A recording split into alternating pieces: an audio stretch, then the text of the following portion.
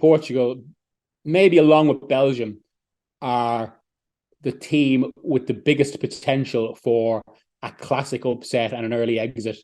I mean, they've been in this situation before when they've had a super talented squad, which is what they've got now. In 2002, when they got to the semi-finals, year 2000, a team with Luis Figo, Rui Costa went out in the group stage in the Japan-Korea World Cup. Now they've got a superb squad full of talent, and a manager like Flick or Luis Enrique could make something really special out of that. But they've got a manager now that essentially everyone in Portugal thinks has gone stale.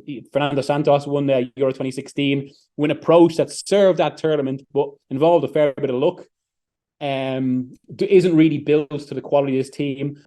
And it does limit what Portugal can do in a way that shouldn't really be the case with the talent they've got. Well, I mean, Luis Suarez is still there, who was, of course, the mainstay of 2010 and 2014.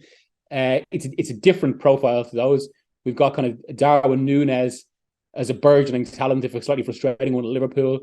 And I think there's a little bit of an unknown about Uruguay, particularly because this is another thing about this tournament where it's quite old-fashioned in the sense that in the last 3 years, European and South American teams have barely met. So it's suddenly it's kind of this tournament of discovery, and we'll find out how good Uruguay really are.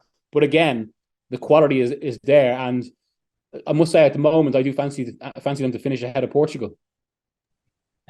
I suppose just because of their talent, I'm going to go with Portugal and Europe behind Uruguay, but I would not be too surprised if there is an upset.